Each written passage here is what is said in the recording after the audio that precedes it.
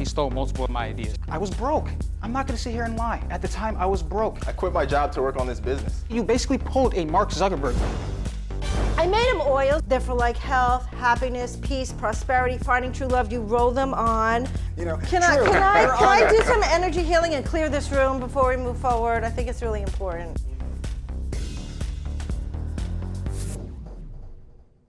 This is Judge Jerry Springer. Plaintiff Matt Magnan claims he started a hair care company with his childhood friend Nee, but Nee cut him loose as the business got successful. Now Matt's broke, so he's suing for either $1,000 or a stake in the company they started together. Nee Poby claims he spent months hustling to make their company profitable, while Matt lost interest when they didn't make money right away. Now that Nee's hard work is paying off, he shouldn't have to share any of that success with someone who quit.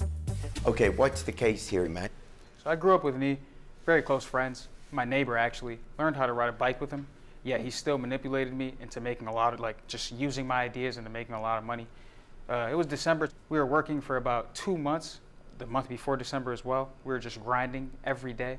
About 4 days a week, I was commuting from Connecticut over to New York, driving there all the time, using actually a lot of money straight out of pocket just to pay for gas to get over there, just so we could be in New York working on our ideas for the business. And what was your idea? We came up with, hair grooming, do-rags, wave caps. Me and Nee figured that this would be the best idea because we both grew up using a lot of do-rags and wave caps. Yeah. Nee has waves, and me personally, I have sensitive hair because I dye my hair and bleach it a lot. So I was always wearing wave caps, putting on a lot of creams. You're not a natural blonde? No. So we basically have like a wave business. We sell brushes, we sell do-rags, just wave products for wave hair. And you're suing him, why? Because I am supposed to either have a stake or I'm supposed to have some of that money. If it wasn't for me... That the company is now making? Yes. If it wasn't for me, this company would not be at the level it is at right now. Okay, so you were with the company for 2 months? Yes, right before he got it started. And this is actually a really good point to go to because right here, it's actually one of my... if you don't mind, can I walk up to the... Sure. This is actually one of my ideas that I gave Nee to do. This is a do-rag. It's very important to notice in this photo the way he knots the back and the way that you see this little fold right here. The purpose of these things are the complete opposite of what I told Nee to do. So I have sensitive hair, and what I do with my do-rag is, I'm gonna show you right now. I put it on, I do a slight little turn of these two. I just wrap it around nice and soft, okay, because I have sensitive skin, so I don't tie it tight at all. Wrap it around nice and soft. And I don't tie, I tuck. Because I have sensitive skin, if I tie, it'll be too tight for my head. And I kid you guys not, this is not tight on my head at all. So you're suing him because... He stole multiple of my ideas. So you're saying you had some of these ideas and now he's a successful business. Correct. Are you part of that business anymore? No. Why are you not part of the business? I have no clue, actually. I 100% want a stake in the company, but for some reason, he ghosted me and did not allow me to take part in anything. You have a video? What is the video you have? Oh, I have some TikTok videos that amass like millions of views. Okay, let's see it. So that's one of my brushes.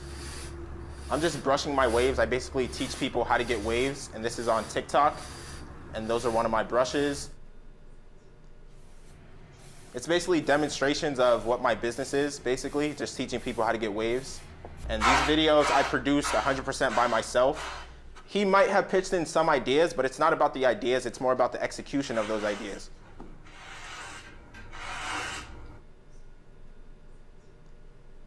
And I think that video probably has like 5 million views.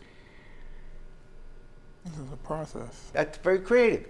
Good work. It's Cap, Your Honor. If you go on his YouTube, you can obviously see that there are paid promotions in that video, Your Honor. Yeah, this is, I'm not just speaking, out my buttocks. There are paid promotions in that video, Your Honor. All right, and is the business making any money? It is making money now, yes. What happened was in the beginning, it wasn't as successful. There were no sales. We didn't have any views. I probably had like 100 followers on my Instagram.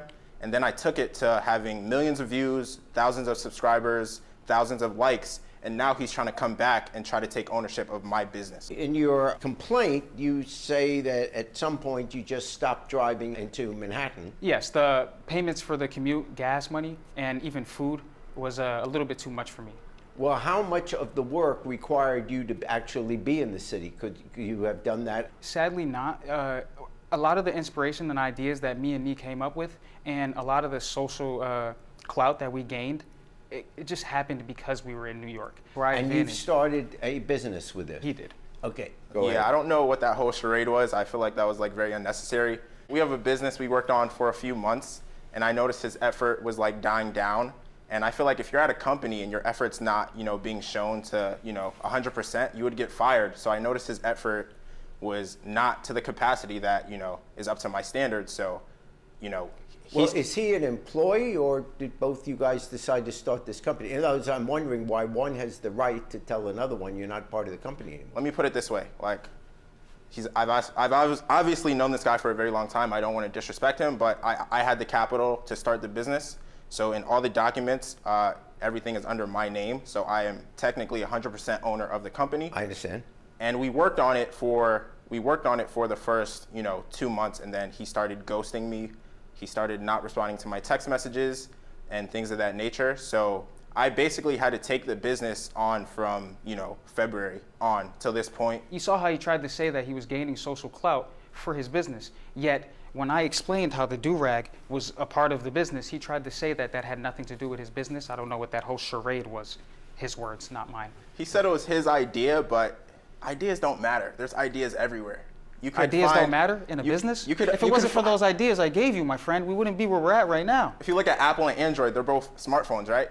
Ideas don't really matter. It's about execution of those ideas. Ideas do matter. Apple came up with the idea of making blue text. I promise you, nobody cares about iPhone or Samsung. We care about that blue text. You know how embarrassing it is to text someone and you see that green text? You know how embarrassing it is to text someone, you can't even FaceTime actually? It's so embarrassing. That's the reason why people use Apple. I executed the ideas once he started, showing minimal effort, and I took the business from, a small social media following to where it is now with millions of views, millions of likes, and I'm actually producing a revenue. His lawsuit has to do initially with the 2 months that he was part of it. Okay. I was broke. I'm not going to sit here and lie. At the time, I was broke. I quit my job to work on this business. Yeah, you just took me out of it and you skyrocketed off. You took yourself out of it. If you ask me, you basically pulled a Mark Zuckerberg me. You took and yourself we out both know that this business is going to hit. it. Yet you literally took me out of it, bro. You took yourself out of it. But that's not the issue that's before this court. For whatever he did, is he entitled to some compensation for that? It's like he said, he has millions of viewers on TikTok. I'm about to cry because I don't even care about that 1,000 I'm suing for. To be honest, I want to get their job back. He has millions of viewers on TikTok. Well, that's a separate discussion. He has millions of viewers on TikTok. Okay, I know. But I need that job back. I'm not saying you don't. It's only going up from there. The court can't order anybody to hire somebody else. All right? So I'm not in that position. What I can answer is your plea for $1,000. I think that is reasonable. On that suit, your suit for $1,000, I'm going to grant that to you, and the rest is up to you guys to decide whether or not you're going to work together. So I fine for the plaintiff in the sum of $1,000. Oh, that's crazy. Good luck to you guys. It's crazy. I could give you the 1,000, bro. Just cop a job. No. He didn't do anything for the business. This is all my work. I produce all the videos, and I just feel like the friendship is just over now. He said his videos get millions of views. I don't think you guys understand how insane that is. Marketing is one of the hardest things for a business. He gets millions of views, that business is going to keep blowing up. I wish I had my job back. Plaintiff Peter Bennett went to an energy healer who said she'd help him find true love. But after paying her $750, all Peter got was one terrible date and a bunch of nasty smelling oils. And when he tried to get a refund, she ghosted him. Defendant Bettina Yanofsky says Peter didn't follow her instructions, and that's why his love life is still a mess. And she can't give refunds to people who don't take her work seriously. I mean, come on.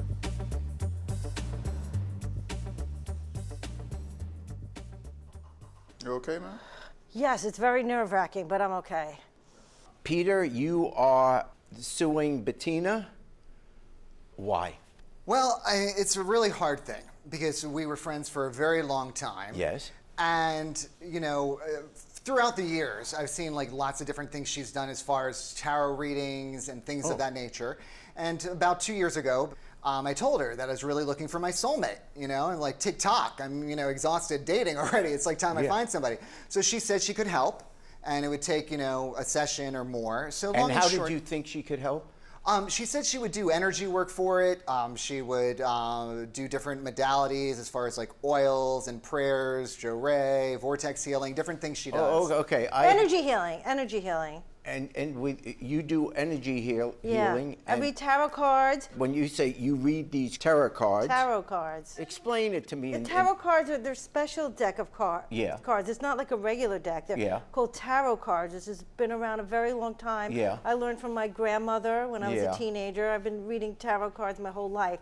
And, you know, I can see and read people's energy, so I could tell them with the tarot cards and what I can see psychically what their blocks are energetically. What do you mean a block? Like if someone wants to find true love, but inside their heart they've had a tough childhood, or they had some trauma when they were young, they were abused, or who knows what, all kinds of things that are now blocking to receive whatever they want in their life. So with this type of energy healing that I've been doing, I can remove those blocks energetically, and then they can find what they're looking for. Is it always a block? I mean, I never had a date in high school, and I didn't have any blocks. It's just no girl wanted to go out with me. But Your Honor, like... What was my block? And you went to her because you wanted... Yeah, we were friends. Very good friends for 25 years. Yes, and that's why it's extra hard, because like we've done things before where we've actually seen like a blue spark in the room from energy she was doing, and somebody who was sick like kind of wake up. And so when she said like, oh, I can really help you find your soulmate, I didn't question her. The only thing that I was shocked is like she was charging me $250 a session. So basically I paid $750 and then I got nada. And I'm still clearly, according to what she's saying, blocked because nothing happened. And not only did I not get my... Well, he didn't listen to anything I told him to do. I didn't unblock! No. Yeah, you didn't unblock me. I told you so many things you were supposed to do. You were supposed to block me. We didn't do any of them. She blocked me on her phone. That's the only block you gave me, was a phone block. Well, time out. What did you tell him to do? I gave him all these healings. I made him oils, which I brought a bunch of oils here. I make like and what do you do with the oil? These oils, they smell amazing, and they're for like health, happiness, peace, prosperity, finding true love. You roll them on, and then you are creating a vibe in your body, mind, and spirit to attract what you want in your life. But the oil she gave me smelled like a dead hippie. Okay, so you were, and but then you I told decided him to stop do working that. as much. You decided to pay her $250 Well, it for wound up being each, $750, yes, sir. and I have you the were having receipts. no success with this. Why is it her fault? Well, because she had said, you know, that she would provide the service and it would actually work. And now here's the thing. Do you think if you go to a lawyer and you lose the case, you go to a doctor and yet you still have a sickness, you don't. But it's unless different. they're doing something that is He's still working. Shh. Unless they're doing something that clearly violates the standards of that profession. Well, you don't just sue them because it didn't work. I mean, part of the reason... If you could go to and get a tarot reading, and that would guarantee that you would find the love of your life, we would have no lonely people, we would have no divorces, failed marriages, Where were you before the and $750? we'd have no country music. You know, Can I do some energy healing and clear this room before we move forward? I think it's really important. You want Just give me a minute, yeah. We're gonna like build up the energy. I'm clearing it. Okay, I'm putting like health, happiness, peace, and prosperity in the room so you can all feel that. That's part of the issue, Your Honor. Okay. I just did a little clearing, so I don't know, can anyone feel that? It's a little more peaceful in here. I was shocked that she wouldn't, because when it didn't work, I was like, Bettina, can you give me a refund? Can you maybe give me more sessions? Because we're friends. I've taken her to concerts, front row, $1,000 Madonna tickets. I've taken her to Le Cirque. So, you know, to be like, no, and then just ghost me, it hurt my feelings. You said you had one date during in this time. Yeah. How was that date? What happened? It was insane. So second session, you know, Bettina said, you know, I feel positive that something great's going to happen for you. So I went on a date with somebody I met on an app, and in the photos, the guy kind of looked like Ricky Martin. And what happened on the date? I got there, and instead of looking like Ricky Martin, the person looked more like Jabba the Hutt and was on a scooter. And so I figured, okay, we could be friends, you know?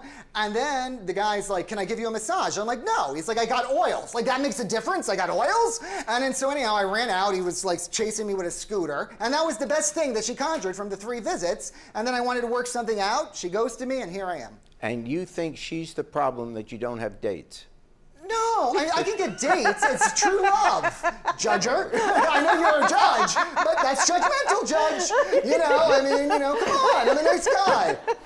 You know, I lost a friend, so I mean, you know, part of the reason I'm here is to get my friend back, as well as hopefully a soulmate not on a scooter. It is very hard to get a friend back that you sue.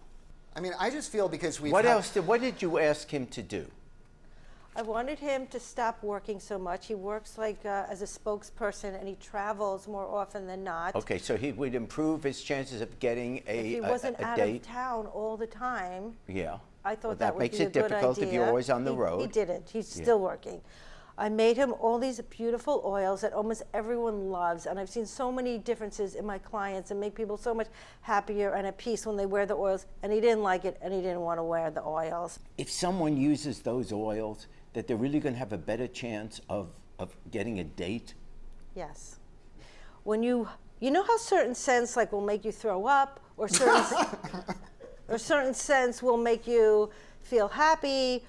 These scents go right into your brain and elevate your vibration so that you start thinking in a happier place. All right, the lawsuit is about, though, you sued her because you had 3 sessions with her for her readings, for energizing.